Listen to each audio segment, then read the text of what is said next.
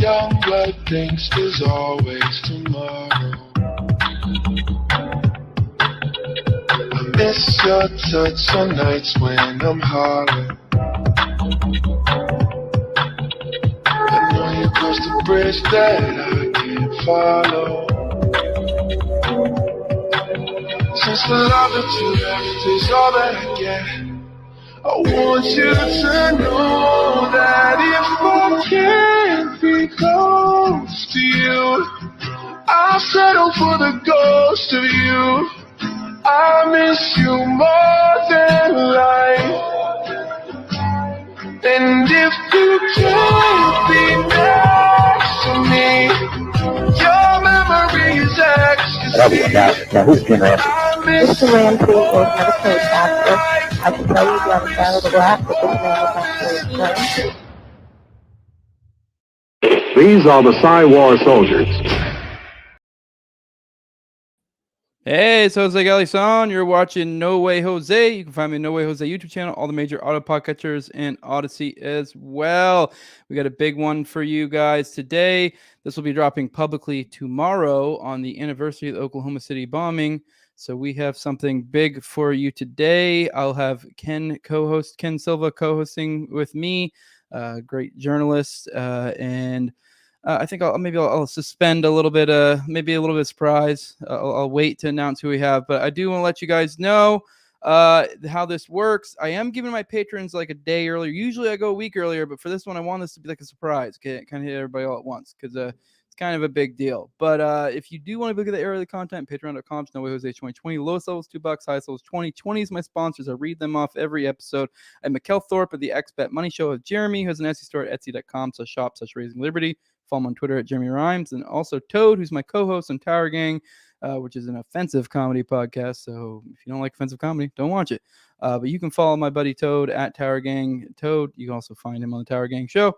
Then I also have Zach Overacker at ZOVERACK on Twitter if you follow him, and then also Mike Degalash. Do want to remind you guys, I have those Terrence Yeakey Didn't Kill Himself shirts at TopLobsta.com. Highly suggest go and check that out. Obviously, if you agree with that sentiment, it'd be weird if you got it and you didn't. But let's enough of that. Let's go ahead and start getting into it. Ken, pleasure to have you here. I'm gonna let you have the honors. I want you to announce who our guest today is and his significance, and then we'll bring him on.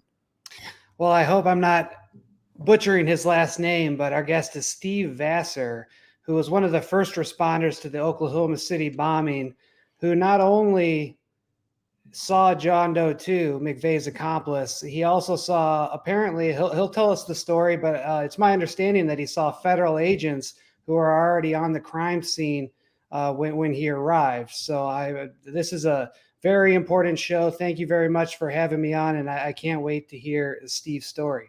Oh, yeah. I'm looking forward to it. Let's get Steve in here. Hey, Steve. How are you? Hello. Pretty good. Hey. Thank you for having me on. Yeah. I meant to ask you before we started, but maybe, I don't know if you have them on hand or if you want to grab them later, but I know we had talked prior about, you had said like something to kind of show to people to verify who you are. I don't know if you kept that on hand. Because I know a lot of researchers, that's going to be the first question. Like, how do you know this guy's legit? And well, I mean, like I had said before, my house had burned down in 2006. So a lot of my photos and stuff of the military and the police department had gone away. But let's see if I can get this to focus for a second. There you go. Retired Officer Steve Vassar. I'm sure if you zoom in, that probably says OKC PD or something. I can't see that small, or OCPD. Yeah, it won't do it. That's the city seal right here. That's the city of Oklahoma City seal right there. So. All right. Well, awesome. Anyway. Like I said, I want to do this as sort of a memorial, so I think it's only appropriate to kind of start with the day of your tale of the day. We'll try not to go off on any little tangents, and we'll try to attack them later. But to kind of give, I know a lot of my audience follows a lot and knows a lot of this stuff. But feel free to go as detailed as you want, because I know there might be some new listeners and might be able to glean some new understanding of what exactly happened that day, specifically from, someone on the ground like yourself. I think it'd be helpful for people's understanding. Right. On that day, like I had only been on the department probably for about 5 years. I came on March 16th, 1990. And been on the department for about 5 years. We got called out straight from the briefing room when we do our briefings in the morning and stuff from lineup, straight to a stabbing scene that was just a few blocks away off of 5th Street.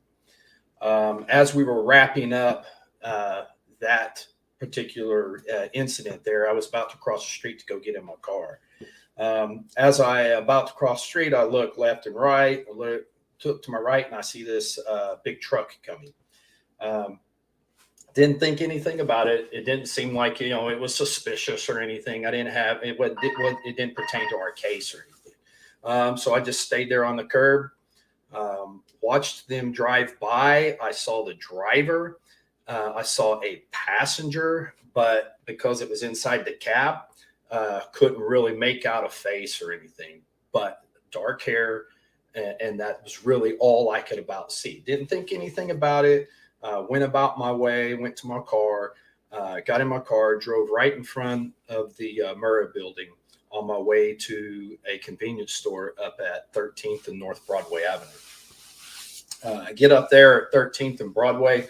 I walk inside, go to the cooler, which is opposite of the front door.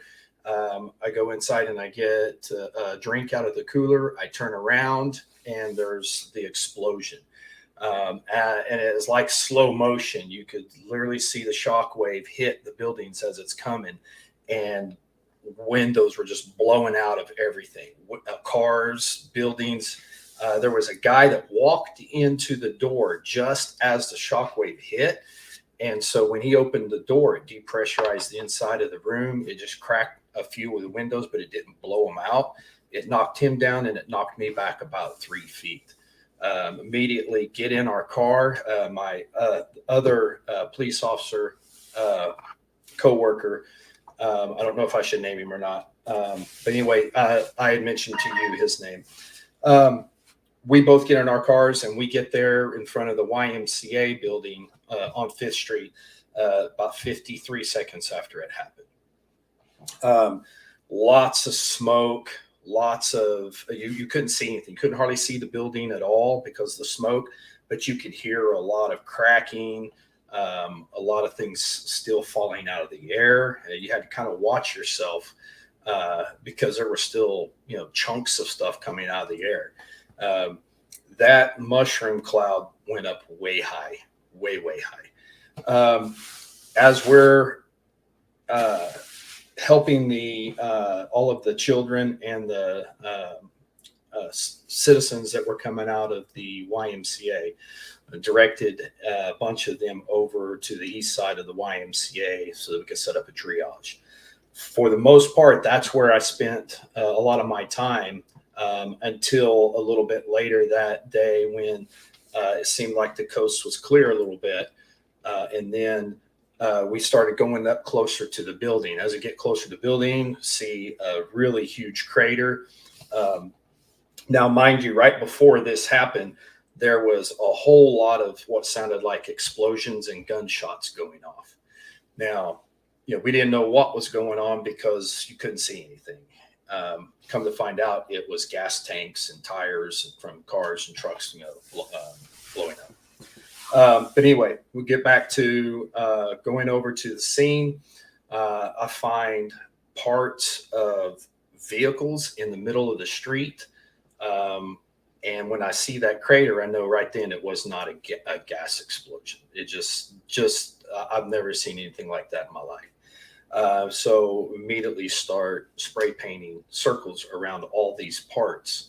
I didn't have my camera with me on that day. I don't believe I did bring it the very next day, and I started taking pictures. I have some of those pictures stored away somewhere. I've got to find them. I tried to find them yesterday and I couldn't find them. My ex-wife may actually have them. I did find just a couple of pictures from that day, but I can't find my photo album. I'm not sure what happened to it. But anyway, I was part of what's called the emergency response team, which we deal with natural disasters like the May 3rd tornado that happened in Moore. And we deal with a lot of civil disobediences and stuff like that. So as soon as I get there on scene and I see what's going on, I immediately call for all backup, for all emergency personnel, even call for the emergency response team that this would be a mass casualty event. And then we go from there.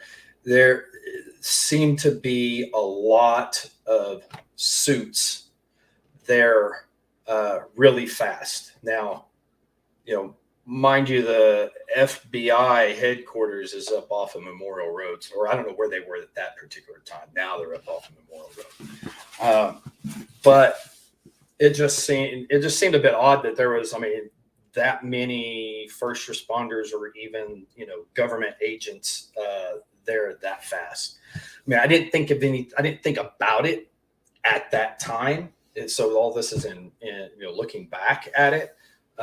It was a little bit later that was like, when people were talking, it's like, they seemed to get here pretty quick, and but didn't think anything about it. It's there was no reason for me to think otherwise at that time.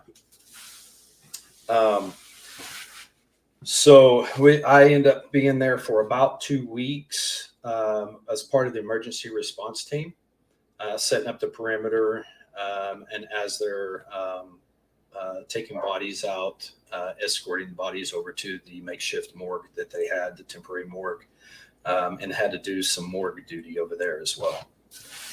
All of these, every single day that we were there, we had to fill out what's called a supplemental report of everything that we did that day, including the day of the bombing. So I did everything like I was supposed to, filled out all my reports, turned them into my supervisor, never heard anything back from anybody about anything. It wasn't until I believe later that evening, and it was before we left, because I remember us being there for about 14 to 16 hours. Maybe even a little bit longer than that, because it seems like it was dark by the time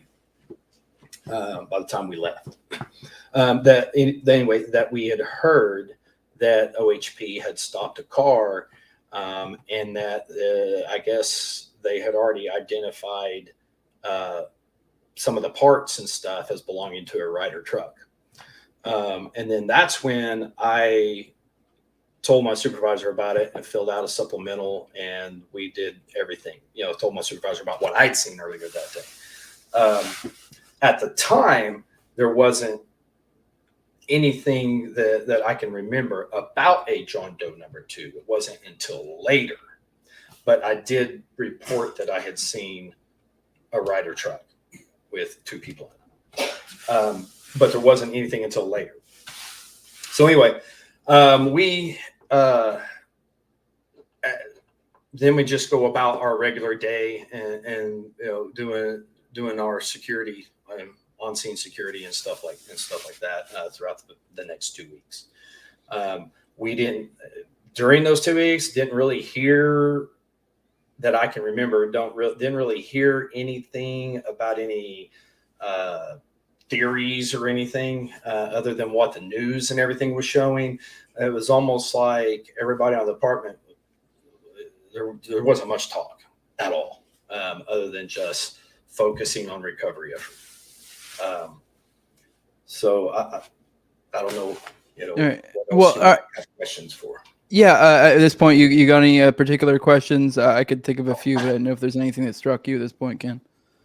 Well, I guess the biggest thing you said, did I hear you correctly? You said you were there within 53 seconds of the bombing? Yes. On the OKC memorial, bombing memorial, inside they show a video. And in that video, you'll see me standing there.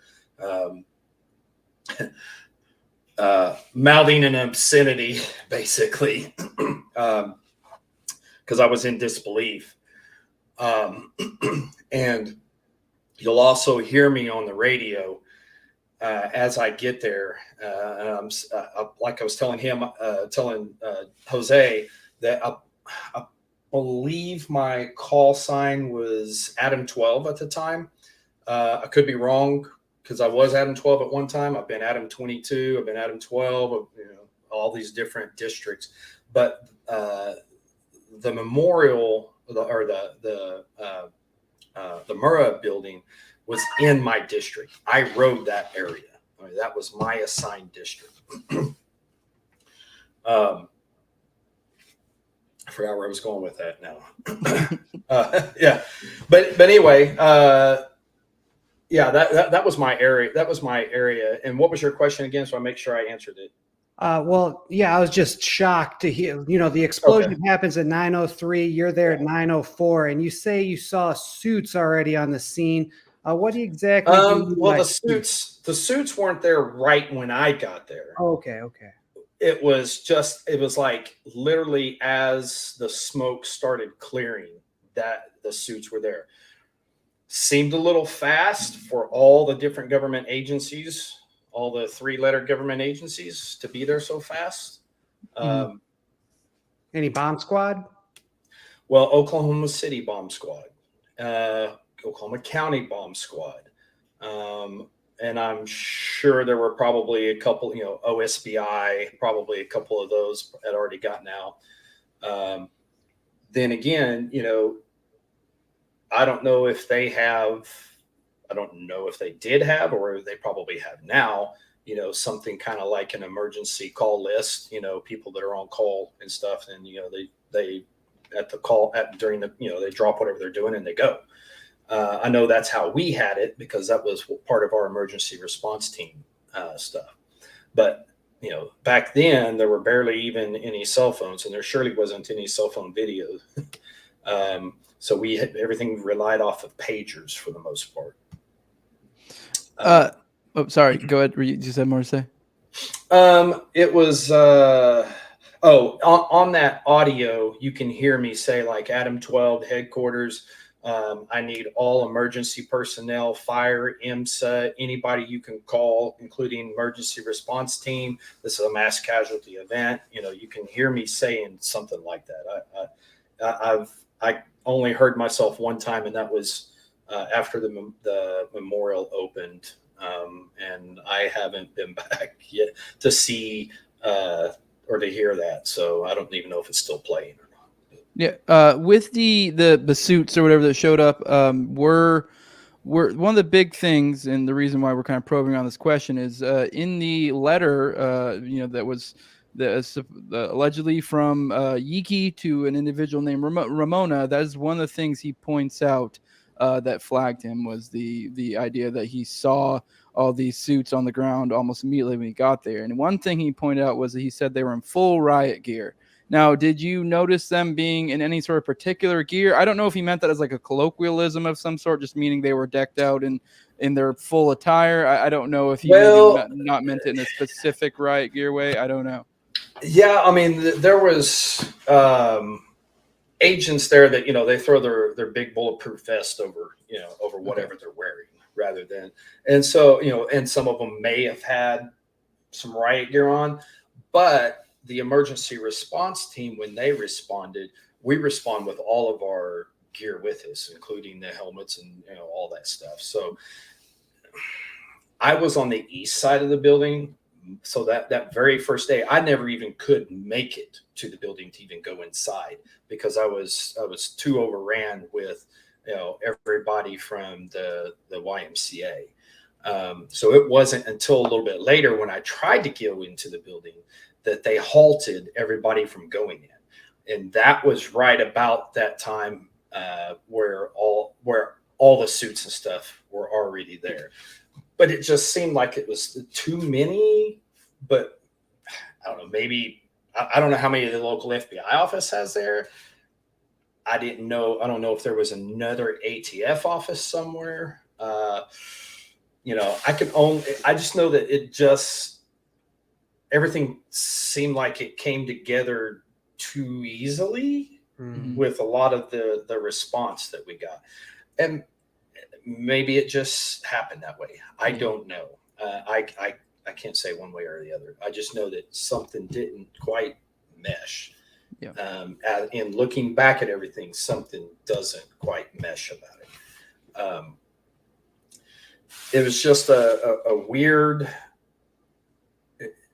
and there was just kind of like a weird cloud over everybody. Like at the end of the day, when we would come back from our duty, and we would try to do our supplemental reports and everything.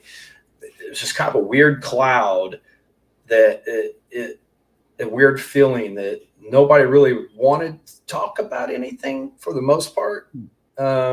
Maybe a few little things, but everybody was so in disbelief. When I say everybody, I'm talking about me and like my officers around me. Because a lot of times, we may not have worked with other agency officers. Sometimes we did. Sometimes we had a National Guard team member with us. Sometimes we had other agencies from other states, other cities with us, doing our guard duty stuff. But even then, at that particular point in time, there did not seem to be anything going around theory-wise, at that point, other than we know we have an exploded vehicle because there's no way this could have happened otherwise. We've seen all the parts. I marked a lot of the parts, and nobody ever talked to me. Yeah, Nobody. One of the big things with tying this back to Yeakey again, it's kind of like people ask, what did he see? And I brought up the riot gear thing and or the feds being there, but I think the way it sounds in the letter and the way I interpret it is that like that's just kind of what piqued his, like it kind of caught his interest. Like that's weird, same like it did for you. I'm sure that maybe that made him look more, or maybe he actually saw additional things during his time. One of the big things his sister said, I believe it was LaShawn, in the CNN article, she was quoted as saying that there were spots in the building that looked like it had been blown out as opposed to in. So, I mean, I'd be remiss if I didn't ask you if there was anything that you saw or heard from other people or anything along those lines. I feel like I probably already know the answer to this, but while we have you there here, I figure probably should ask. But did you see anything weird along those lines? I mean, I know we talked yesterday a little bit, kind of did a sound and video check, and you mentioned that that whole idea of that they did evacuate the area a couple times, because that kind of ends up being the cover story or the official story or the actual real story, depending on your interpretation, is that they were pulling out munitions that they were improperly storing there at the ATF building. So well, I can say this, that so my supervisor over the emergency response team at the time, I don't know how much he knew, but I do know that there was twice that we were told to basically run because there was a bomb scare. And when we all got back, and at the end of the day, I do remember that day that we did talk about that apparently there was some ammunition up there. And I'm not talking about like, bullet ammunition. We're talking about big shit, the big stuff. Yes. because they did say that there were suspicious. He did say that there were suspicious items that were found that were explosive and they were really big. He didn't say exactly what they were, but that they were taken care of. So, and that happened twice that they had to do that. Yeah, which I don't know if you have anything to add, Ken. Look like you piqued your interest or no. I thought it was odd, but I mean, I was like, it is the ATF. I mean, a lot of times they'll have something up there, that's evidence that may be inert. I don't know. I've never been in an ATF office, but I mean, I know that stuff happens. It happens in the police department and stuff like that. But it would not surprise me if they had stuff up there that was not inert. That was active, or I should say, yeah. Yeah. All right, Ken, you got anything? Go ahead. Well, yeah, I know you've talked about it extensively, and it was a very traumatic event. But do you have any approximation for a time when the feds might have shown up? You know, I'm just thinking the explosion happened. It was, yeah.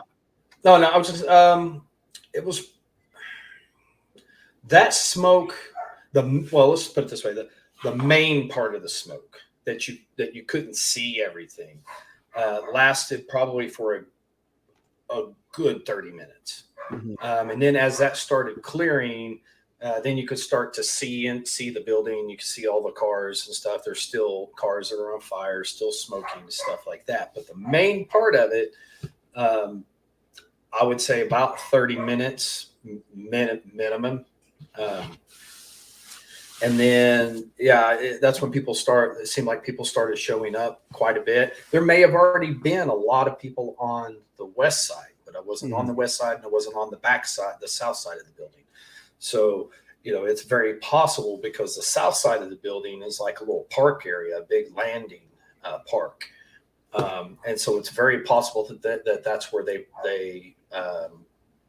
pulled up at. And, so Terry may have seen that because the south side of the building, even though the front side was completely collapsed, the south side of the building, there was stuff that was blown out as well. But it was pretty much intact. So all on that landing park area, I know there were several times that we actually met there as an ERT team and discussed, where everybody was supposed to be going for that day.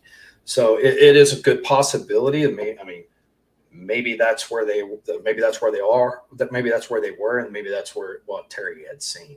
Okay. But I know on my end, it wasn't until probably a little bit later, after 30 minutes or so, because by then most of the people from the YMCA was already out. We had already went in and cleared the building, and those people were off in triage. And then and then we had to go through and clear the Journal Record building as well. So, I know that there was a lot of government agents, or what I thought was least government agents, could have been some other agencies, close by agencies, off-duty officers wearing jackets, But when you got everything going on like that, you start to get like a tunnel vision, and you see things and you think, oh wait, well man, there's a lot of people here all of a sudden. But I do remember seeing some ATF, and I do, because it was on the back of the jacket, and the FBI on the back of the jacket. Okay. And those people were there. But anyway, I know that none of them went in and cleared any buildings other than maybe the Murrah building. But they didn't do any of the others. Interesting. That I know of. I know we're probably about to go off on, John Doe 2 and Terrence Yeakey, but I guess the last question I had for, the first couple minutes. Oh, did you happen to be with Officer Donald Browning by any chance? Mm-hmm. Good question. No, I was not with him. I know him. I'm second generation police officer, so he's known me ever since I was a little baby. Okay. So, apparently, Officer Browning would later testify under oath that he witnessed federal agents taking surveillance cameras off of the Murrah building in the minutes after the explosion. I don't know if you ever talked to Browning about that, and if you have any thoughts or if you saw anything to that effect. No, but as a former computer forensics and cell phone forensics investigator and video surveillance investigator, I can certainly see something like that happening, because you would want to get those cameras off. It just depends on if those cameras, if they were recording on to their own, like if each camera had their own little drive in it, or if it was a centralized system. Back then, there wasn't. It was probably based off of a hard drive, or maybe those cameras actually had their own recording devices on the inside. That's a good possibility, because you got to remember the technology back then. There wasn't really an internet per se. There was, I mean, I think AOL had just started with their American Online stuff, but the internet wasn't like it is today. I mean, there wasn't really a cloud per se. So, but looking at that, I mean, if it were me that had been called out there to go retrieve, video, yeah, that's what I would have done too, is immediately pull them cameras before something gets destroyed. Okay. So that's a very, very high possibility that happened that way.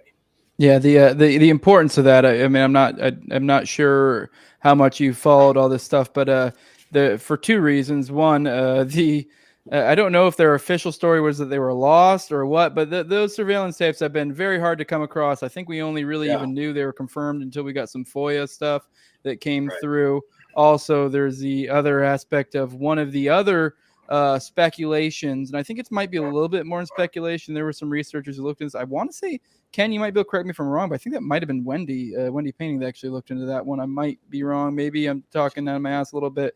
That looked into it and for some reason had reason to believe that Yeakey may have gotten a copy of the surveillance tapes because they would have been in the OCPD evidence locker for a while. I guess I kind of just want to get your thoughts. Would that be standard procedure for something like that? Because I would assume the FBI would take that right away, or maybe they would keep it at you guys' place for a while. I mean, that might be in the weeds for what you know, but I'm just curious.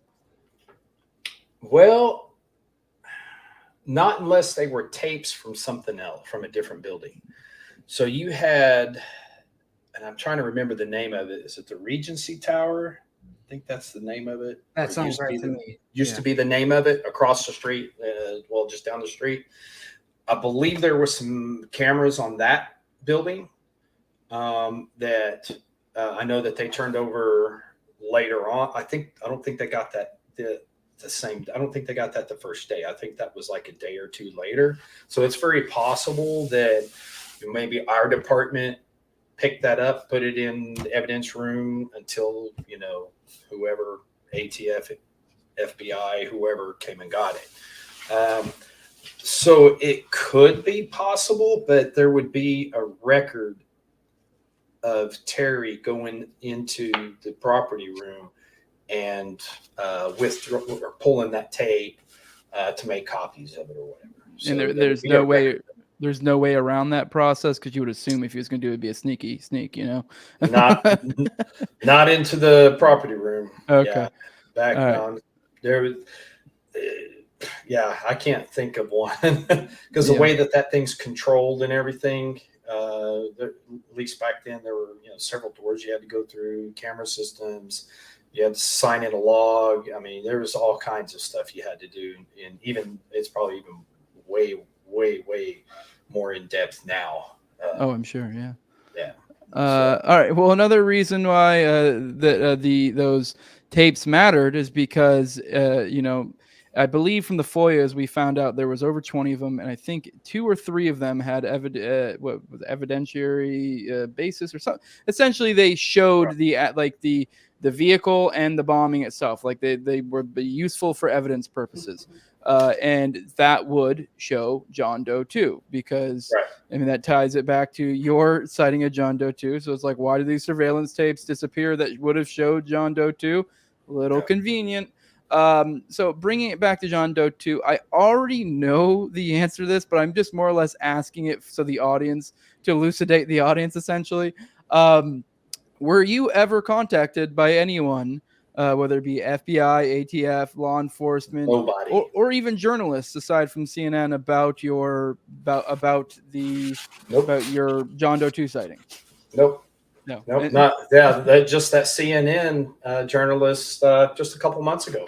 That's the first time anybody's ever even questioned about it. So that's really interesting, because there's, when people ask about why you think there were others involved in the Oklahoma City bombing, I always cite FBI former official Danny Colson, who says, well, at least I think 26 witnesses told the FBI they saw McVeigh with another person that morning.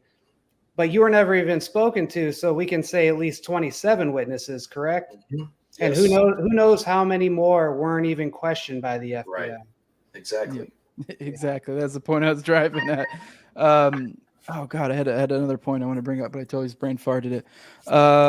John Doe 2. Crap. Oh, I know what I wanted to ask, and then I guess we can kind of move on from John Doe 2 unless you have anything else, Ken.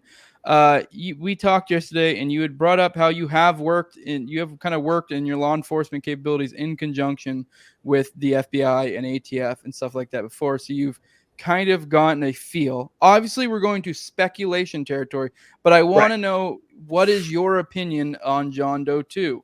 Like, what is your gut feeling with this, particularly coming from the perspective of a law enforcement officer who has worked with the federal agents in cases before? Right. So you kind of have a vibe of how they work. I know a lot of my audience does as well, because we read these books about how they work. Books like The Terror Factor by Trevor Aronson, and going into how they use their informants and stuff like that. But I think it would be good to kind of get it from your perspective, more on the ground view.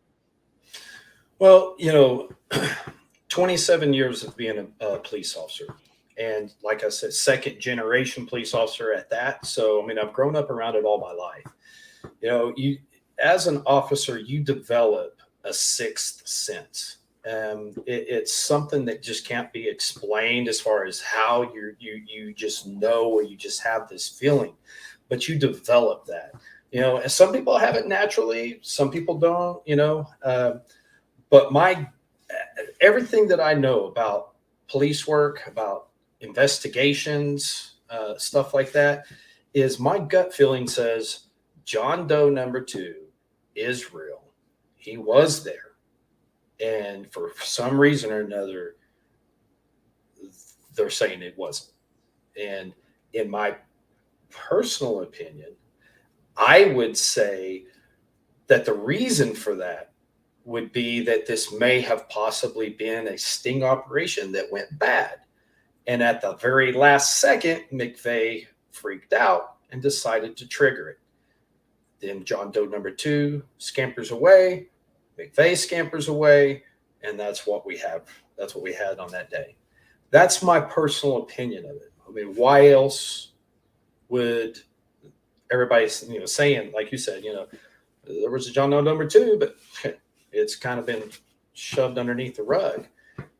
Well, it's because somebody knew something about it. And in my opinion, that may have been what happened. I know that stuff happens because it's, covers get blown all the time. Things go bad during sting operations. I've worked with, I haven't done the undercover side myself, but as a patrol officer and as an investigator, I have worked closely with the undercover units, and I have seen those sting operations go bad.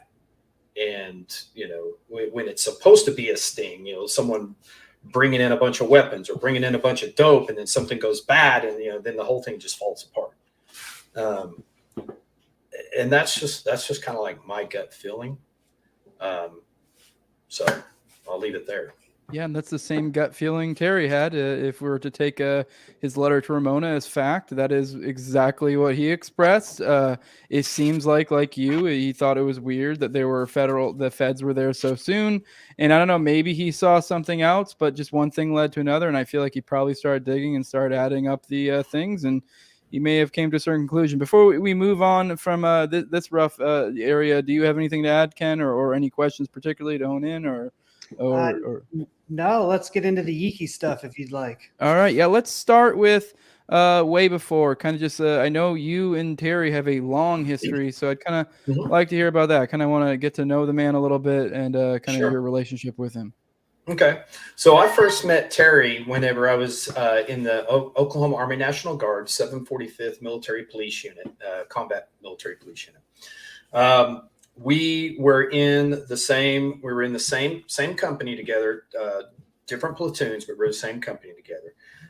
We were in the same police academy together, class 104 from the Oklahoma City Police Department, March 16th, 1990 was our hiring date, or our reporting date. That's when we started the academy. We both got called up. I believe it was December 7th, 1990, after we had finished what's called the FTO program. I know I was out 7 days from the FTO program when we got called up to Desert Storm. We both go over to Desert Storm together. We operate a prisoner of war camp while we're over there for roughly 6 months. We come back. We ride district partners together, same shift. Same set, district partners. And then we hung out together a lot after work, playing basketball or, going and having a drink here and there or whatever, just kind of, maybe or a lunch during the daytime or whatnot.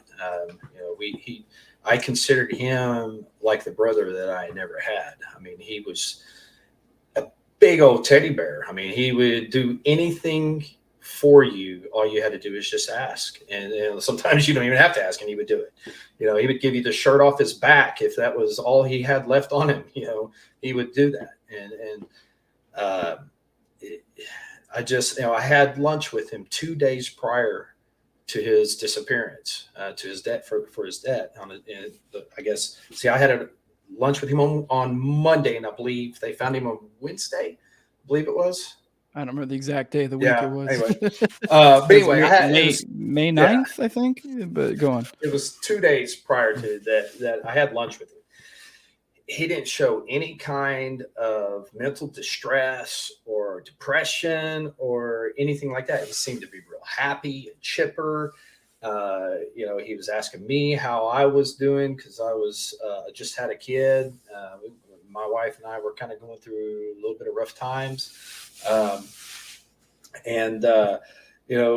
He was basically there for me, it seems like, but he never showed any kind of problems. He never said anything.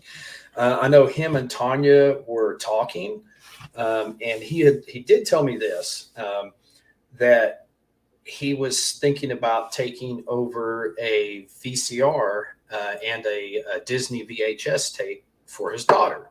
And I was like, oh, yeah, that'd be great. Yeah, she would love that. That's the last thing I heard, until the day of his death.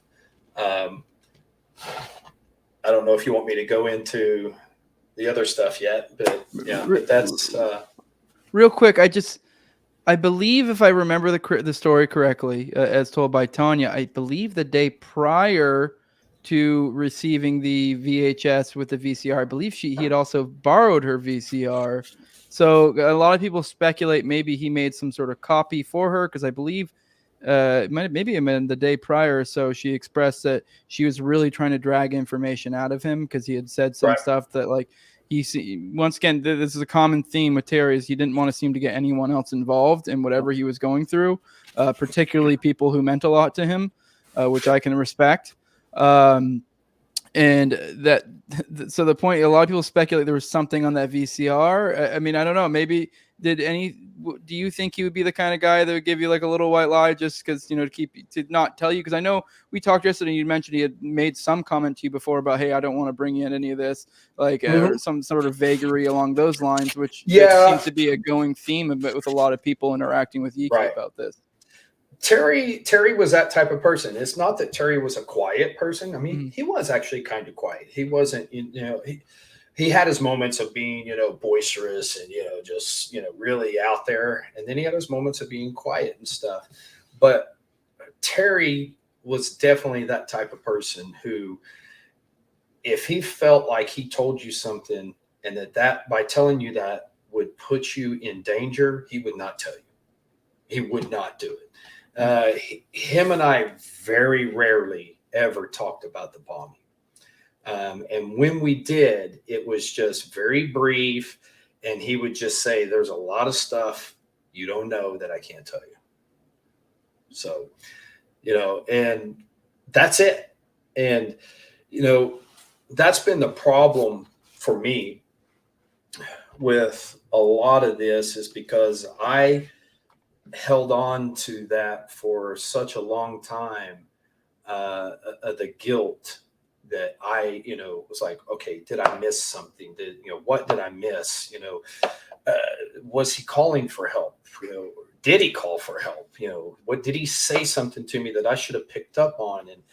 And it tore me up so much that I compartmentalized everything. It wasn't until after I retired that I went through counseling, and some of those compartments opened up. And I'm certain that I still have some of those compartments closed. Even to this day, I still cry a lot whenever I think about him. I mean, that day tore me up. It was as if my brother had died. Mhm. My own, like, real brother had died, family. And, I blamed myself for a long time for it. And, I still just have a hard time believing that Terry would have taken his life. Mhm. He's just not that type of person.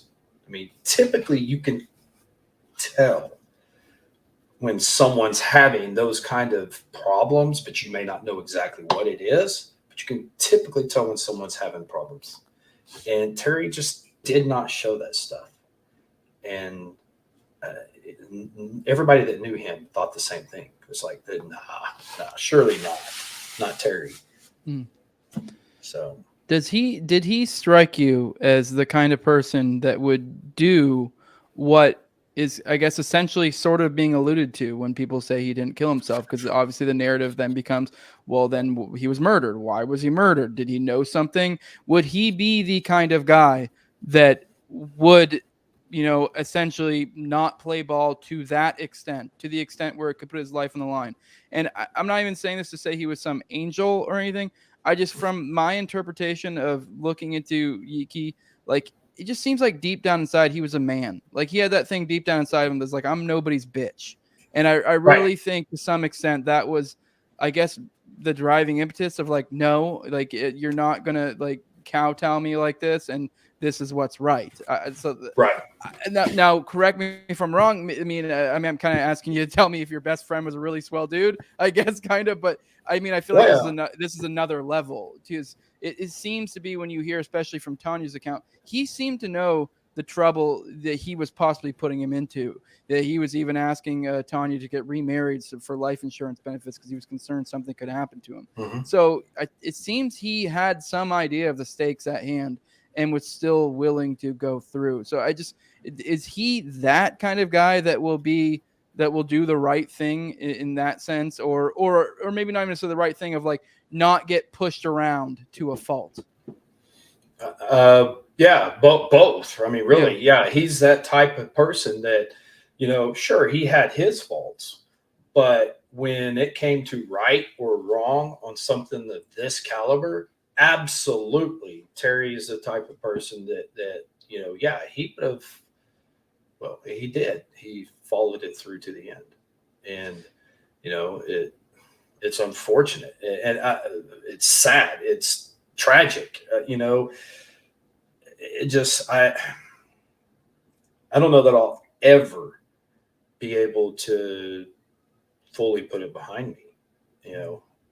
I still go to counseling to this day, basically for PTSD stuff. But in that PTSD is still the lingering, Terry's death and the bombing and stuff like that. And,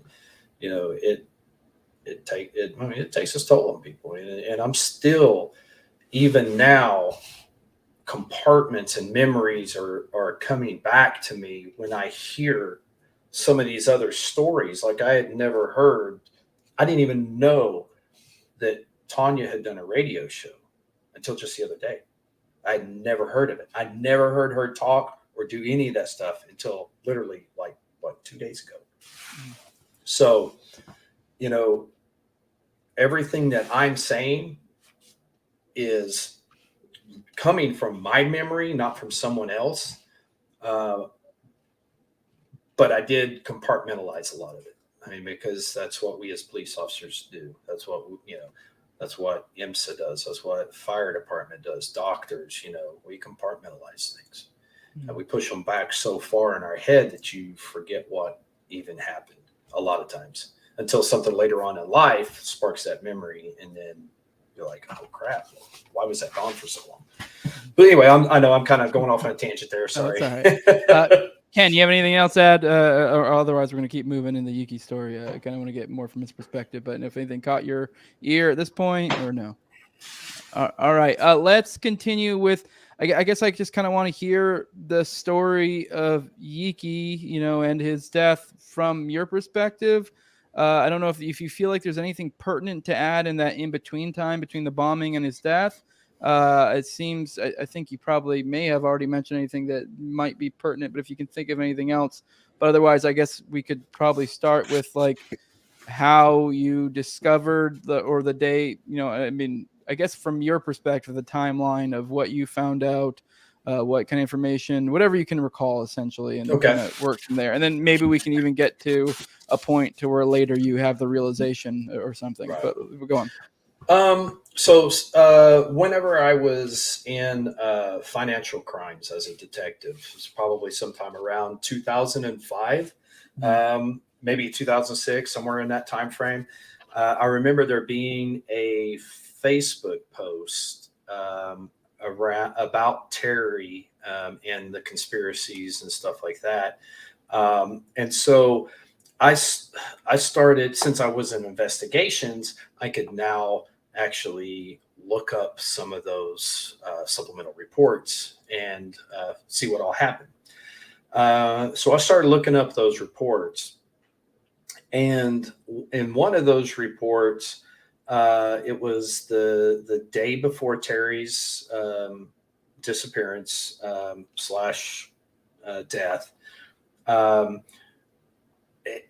And I will say this until the day I die. It said, I think he was a major. He may have only been a captain at the time. Steve Upchurch had called Terry. It said that they had received a call from Tanya, and in the report it said based on a VPO violation. Now, in saying that in retrospect, looking at it now, the VPO happened a year prior to. The police department would have been notified of that VPO. It would have been put in his file. So whenever she called, for whatever reason she called, they made that out to be, for whichever reason she called for it, and then the VPO. And so he called Terry and told him to stay put, that an officer was coming to his house to place him on administrative leave and to take his gun and badge. Well, now that is completely different than the way that they do it now. I'm not sure what their protocol was for back then, but I'm pretty sure it wasn't that. I'm pretty sure it would be, hey, come into the office. We need to talk to you, get him into a safe environment, and then take his gun and badge. Yeah, real quick to add to that, in the CNN article themselves, they contacted Upchurch, and he said, I'll read straight from the article, but even if Vassar correctly remembers what was in the report, which has never been released, those details are contested. Major Upchurch told CNN in a phone interview he had no recollection of making such a call to Yeakey. He said he didn't remember Yeakey having any trouble with his ex-wife before his death. And he said he didn't remember anything about Yeakey being in trouble with superiors. So, I mean, I'm not calling you a liar. But even, yeah. Okay. So like I said, I had never heard Tanya's radio interview until 2 days ago. What did she say in her radio interview? Steve Upchurch is who she had talked to, or Steve Upchurch is one of the ones who had tried to contact Terry. So right there, I ain't lying. I mean, she said it herself in an interview, back in, I don't know, 97, I think. 97? Yeah, I think. Okay. This was, 2005, 2006 when I found this out, but I had never heard this interview before. And even on the Facebook stuff, none of that was ever posted anywhere like that. I never even knew she had done an interview at all. It wasn't just until I guess your show when you posted on there that's the first time I ever heard of. So That's when I was like, okay, now I know I'm not wrong. I mean, I know what my memory is, and the reason I say that is because Steve Upchurch has known me since I was a kid too. I mean, you know, like I said, I'm second generation, so my dad has a big legacy on the department. I have a lot to lose by lying, you know, tarnishing the family name for that. No, I'm not going to do that. You know, I know what I know. Yeah, and we talked when we talked yesterday. You said that kind of piqued your interest, and you started looking more. I think you started looking into reports and stuff like that. So, what kind of impressions? I started looking at all the reports, at least the reports that I could see. Now, there very well could have been some reports that were not entered, that maybe they did not want to enter yet. I don't know. Of course, you know, you're talking 10 years later on why they wouldn't have been entered. I don't know, you know, unless they're trying to hide something. But in those reports, there was a lot of vagueness. There wasn't just a ton of description over what happened. And there wasn't a lot of description in what happened. And in one of the reports I remember was from Sergeant Larry Spruill. And in his report, of course, he gets there the very next day. I think it was the very next morning, because or it may be in the evening, but anyway, he relieved one of the other CSI units. But in his report, there just wasn't a whole lot in his report either, because he didn't really do a whole lot. But you know, the body was already gone, things like that. Now, in John Feely's report, because I believe he was the first one that was out there as well, it just described the body as let me rephrase that, because I don't want to refer to Terry as the body. It described Terry as it just seemed very vague to me. It was, and I'm trying to remember. I'm trying to remember exactly how it was said. But we'll just say that it was so traumatizing to me that I like blocked a lot of it out. And I think that's why I remember Larry's report more than I remember John's report. It didn't go into great detail on everything that was supposedly had happened to Terry, but there was enough there at that time for me to say, well, maybe he did. Okay. And, you know, there was a lot of things that was not known to me at that time either. Like, for instance, I did not know that there wasn't an autopsy done, because none of those reports said anything about an autopsy. You know, I know that it said it went to the, in the report, the ME's office. Usually when it goes to the ME's office, there's an autopsy that happens. Okay. Now, whether that's semantics as far as, you know, whether it went to an ME's office or went to a funeral home, I don't know. No. But, sorry, I got some background stuff going on. It happens.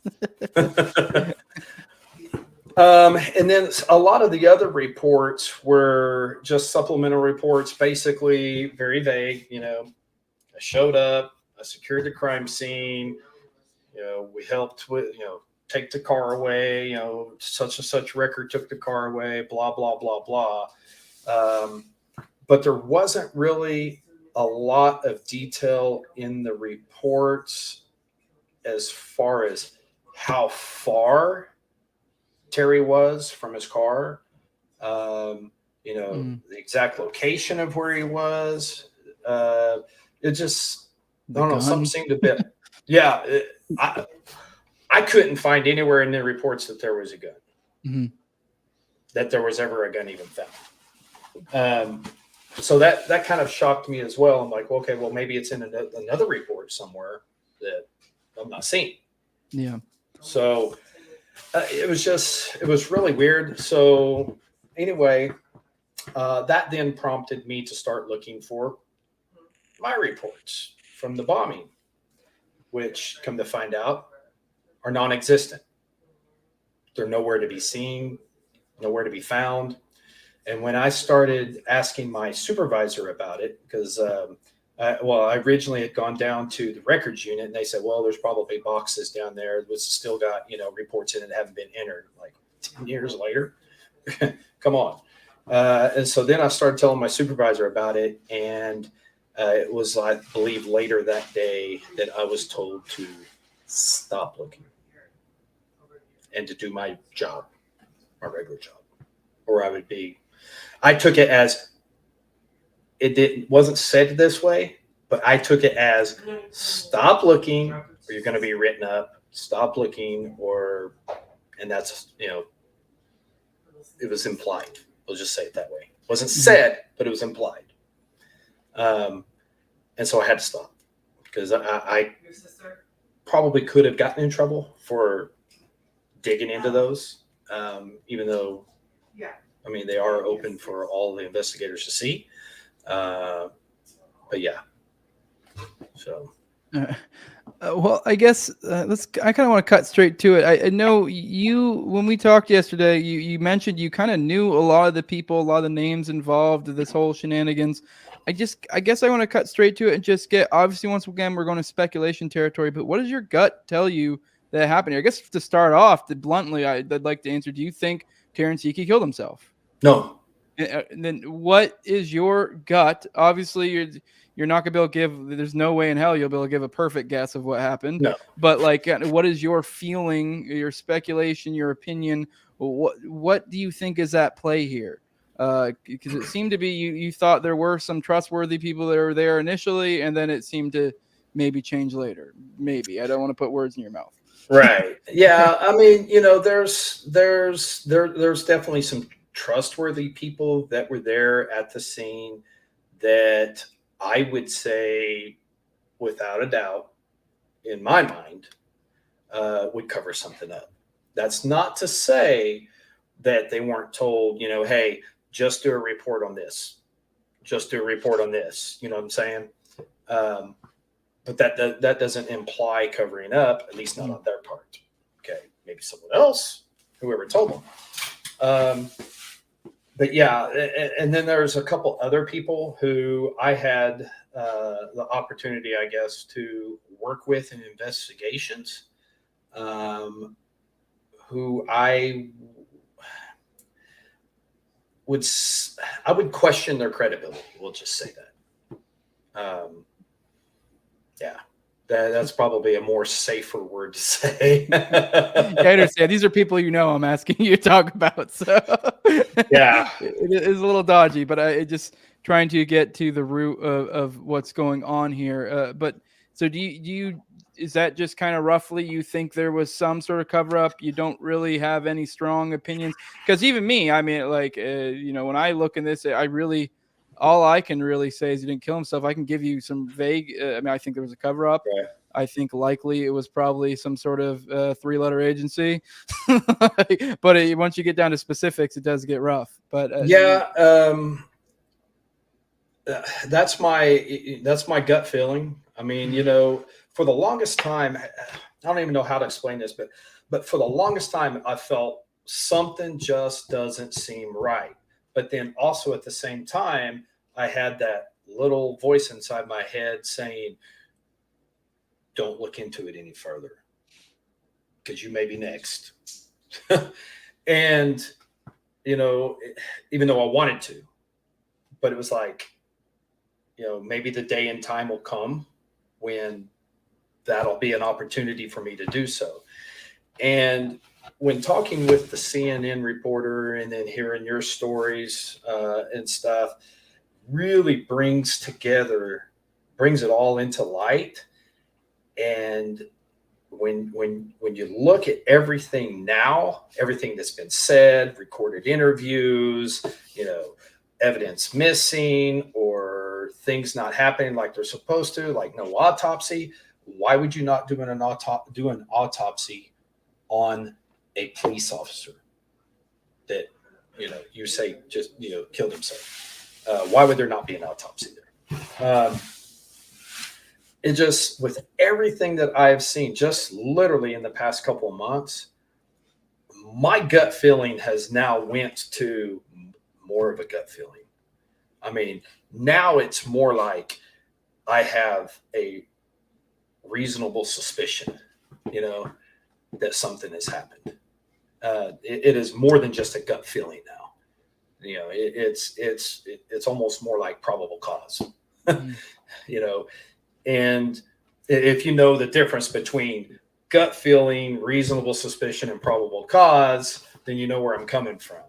There's just too many.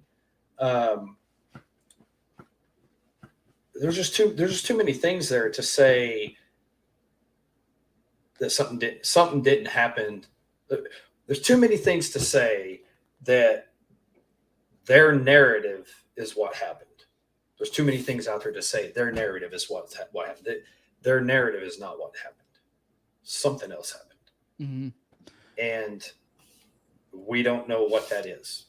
And my guess is that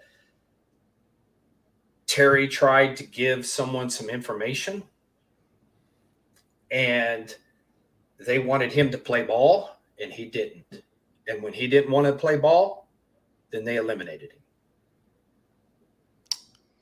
him. And that's the way I see it. And you had mentioned that you felt pressured by your bosses to keep silence about this matter. You might even have ended up to be the next Terrence Yeakey. I'm wondering what compelled you to speak out about it some 28 years later and talk about how the CNN piece came together and, all that good stuff. Probably a lot of it has to do with some of the counseling that I've gone through, to try not to hold back all that pain and try to get to the bottom of it. Cause I mean, it's tore me up for a very, very long time. And, and it's also the right thing to do, I mean, there's something there, obviously, or CNN wouldn't have been doing a story on it. You guys wouldn't be doing stories on it. There's something there.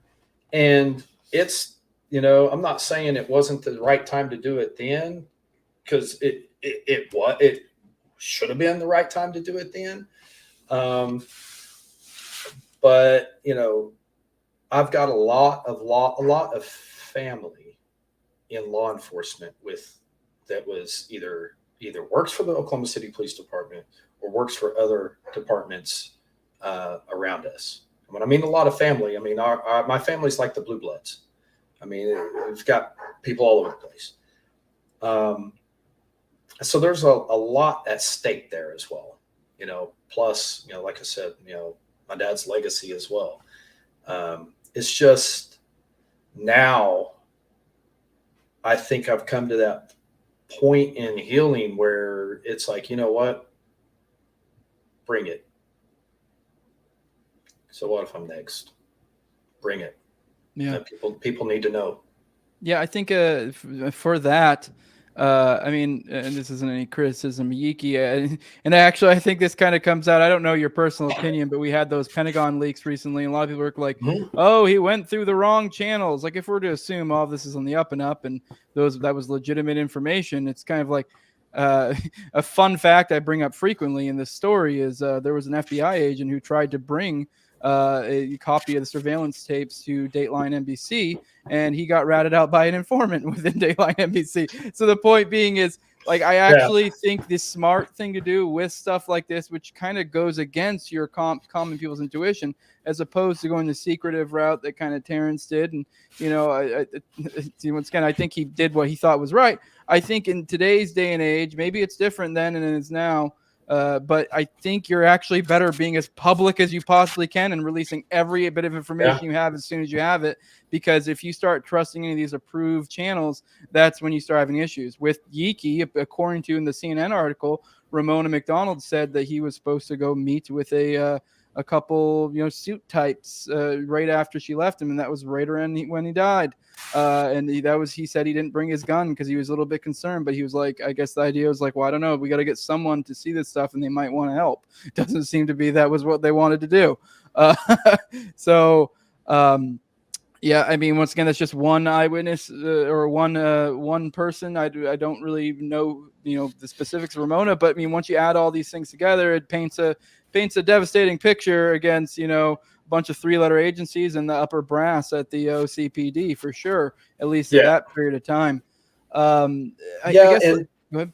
I was just saying, and I heard something. And maybe it was in the Tanya interview, or maybe it was in one of your other ones, or maybe it was something else. I can't remember, to be honest with you. But there was a rumor, or maybe a theory, rumor, I don't know what you want to call it, that there were a lot of documents being stored inside the Murrah building relating to a certain presidential family. That's all I'm going to say. Which would make sense if Terry had seen something like that as well. Yes, possibly. We all know what has happened to people related to that presidential family. Yeah, I'll be straight up. Me and Ken and think that angle is maybe a little bit of a red herring for people because there's the one people do get sucked into a lot. But I don't know. I've never really done too deep a dive. That'd be something we'd probably maybe Richard would be able to speak on more because I know he gets frustrated by that claim coming up a lot. I don't think I want to go that deep right now. But I had to throw it out there before someone's like Jose buys all the Whitewater paper stuff. But I mean, I don't know. Maybe it's legit. I kind of doubt it though. But, yeah, probably not. Yeah. But yeah, there's definitely a lot to the story. Back to the brass.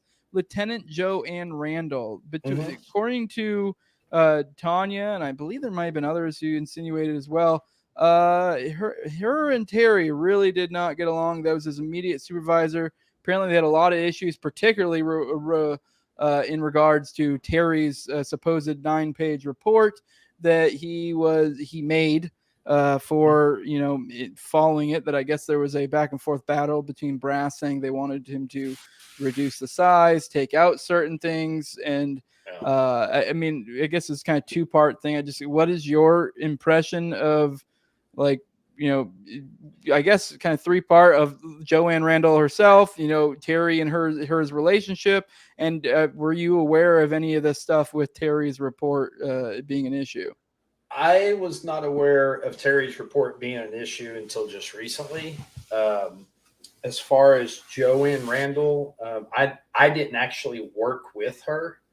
I know who she is, and I worked around her, but not really with her. So I can't really, say much about their relationship. That would just be speculation at that point. But I can say from personal experience, I myself have been told to leave certain things out of reports, and I have refused to do that on several occasions and was threatened with being insubordinate.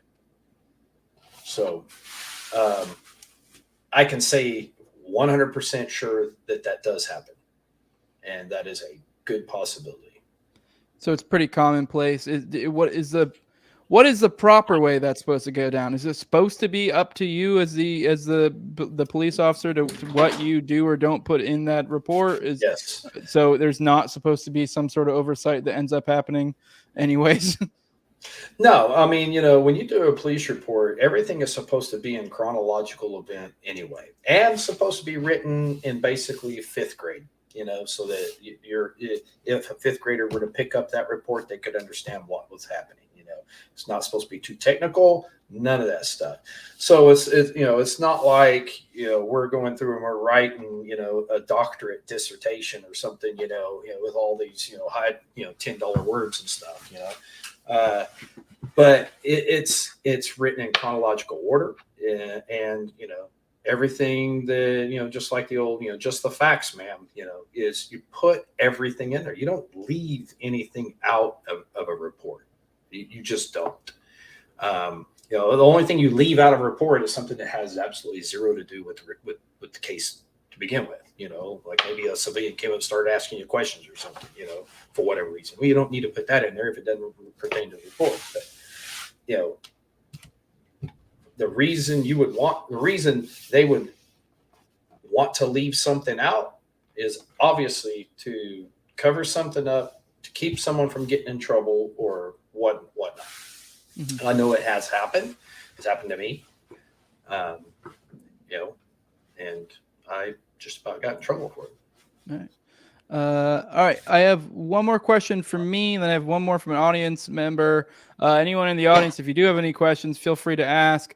The last thing I wanted to ask particularly is one other thing that Terrence was complaining about a lot was the aspect of that there were cops being awarded that he's claimed were not there on the day of the bombing, and vice versa. There were cops that were having issues with actually being recognized for being there. He was apparently Terrence was actually had to fight for at least one of them to get recognized. And I guess for me, if I put on my tinfoil hat, the way I would interpret that is seems to be like maybe the brass is trying to put their own heroes in place. That way they can kind of have more control of the narrative and like they get to bring out their good old boys. But I don't know if that's something that you noticed, if there was any weirdness there, or if you just never got into the mix of that. Because I know there was a big part of Terry's that he didn't even want to be recognized, partially because that's not really his style, and partially also because it's like if you're going to have all these other people that didn't have anything to do with it, if anything, it's like an insult to me to bring me up there with them is kind of how he saw it.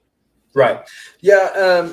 Terry did not want to be recognized as a hero. Mm-hmm. And I do know that because Terry and I had that conversation, was that he knew that he was supposed to be recognized and be given a medal.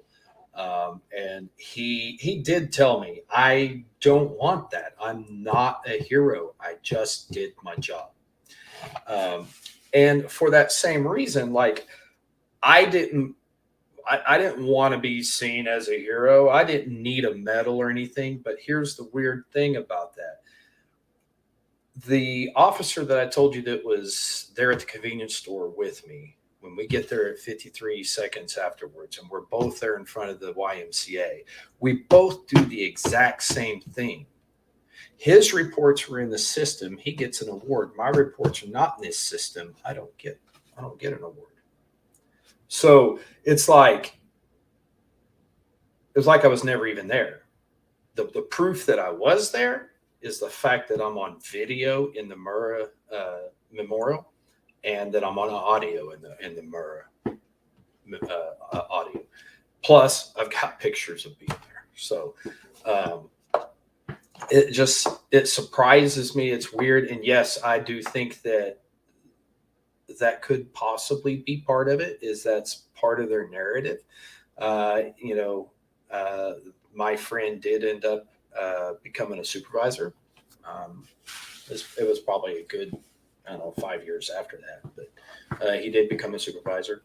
And yes, there were other officers who I questioned what they had done inside there that got awards, medals, and even interviews with, like news media, news, stuff like that. Good Morning America, things like that. And I really questioned what they had done. But then again, I may have only seen them for just brief moments. So I can't really say what they did and what they didn't. But knowing them, I question it. So anyway, I don't know if that answers your question or not. Yeah, no, that does. Obviously, I mean, if you had specifics, that'd be great, but I didn't expect you to. So I just wanted your rough idea. I will go ahead and do this question, and I guess whatever Ken has, and if I get any other questions then after that from any of the audience.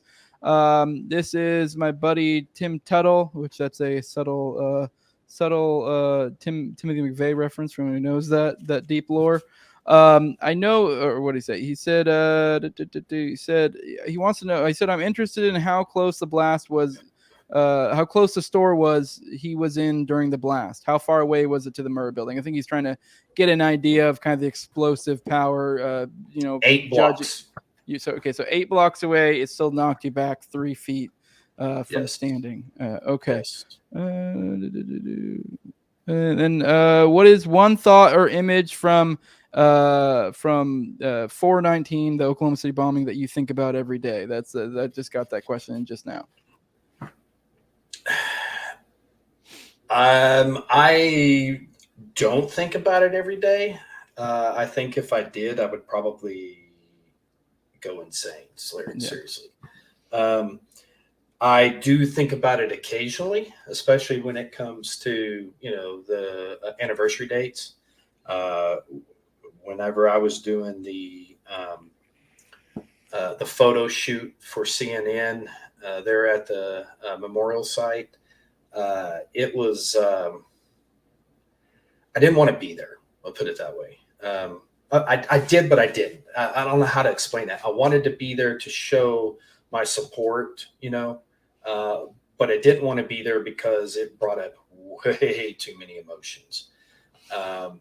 It was very difficult for me to even talk with the photographer at times, because it was like I felt like I couldn't even try to be happy. I don't know if that even makes sense or not.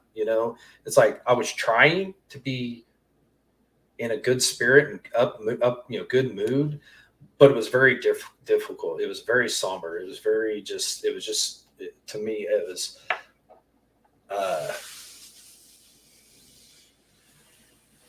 it almost borderline a nightmare. I've gone to the memorial. I've gone through there. I've taken my family in there. And every, the 2 times that I did go in, it just tore me up. But, so I try not to think about it. I mean, it's sometimes when you do stuff like that every day, when you think about stuff like that every day, I mean, you got to let it go or it'll get to you. It'll cause you family issues. It'll cause you personal issues. You've got to let it go. And that's what I've been trying to do since 2017. And I'm finally getting on that track now where I can think about it and not start just really tearing up, takes a long time to heal from that stuff. Yeah. Ken, do you have any final questions, thoughts, anything else? I'm sure I'll probably later be like, oh, I wish I'd asked that, but I guess last chance so you can get any of that out of your system as well. No, that's all I got for now. I mean, I could pick your brain for the next 2 hours. And I could probably try to answer you. Yeah, well, I think we hit the key points, and just, thank you again for, being, willing to share this story and being brave, because people in very high positions of power were involved in that case, and the cover-up continues. We're approaching the 30th anniversary in a couple of years. I think there's a renewed interest in this case, so I hope we'll be hearing from you frequently in the next couple of years. Anytime. Yeah, I love it. I got one from Bonghorn Langhorn, one of my patrons, one amazing guest. Thank you all so much for doing this. He also said the memorial. He also went to the memorial. The memorial was deeply emotional to my visit. You answered my question. Thank you for your story and your time. Thank you, Bonghorn Langhorn. Yeah. Okay. Sorry, I cut you off there. What'd you say? Oh, that's what I just said. Thank you for listening. Yeah. Sorry, I didn't mean to interrupt. Oh no, you're good. I interrupted you, but I really do appreciate your time. I don't know if you have any final thoughts. I mean, on the off chance you have something to promote. I know you're into music these days, right? So, I don't know if you want to mention that. Yeah, aren't you in music? I thought I saw. Yeah. I'm a lead singer for an upcoming original band. We got like 7 songs we're trying to get recorded right now. Nice. Well, I don't know if you have any final thoughts. Otherwise, we'll get out of here. I appreciate your time. Appreciate it. Thank you, guys. Y'all have a great day. All right, you as well. Ken, I don't know if you want to drop any plugs. If not, we just go ahead and get out of here. Everyone follow Ken at JD_cashless, and you can follow me at Targeting Jose. Gotcha. With that, stick around, guys. Don't leave. We'll talk a little bit after this, but ending the broadcast now. Thank you for everyone who watches this. Please share it around. I think this is really important, and we're out. All right. Thank you.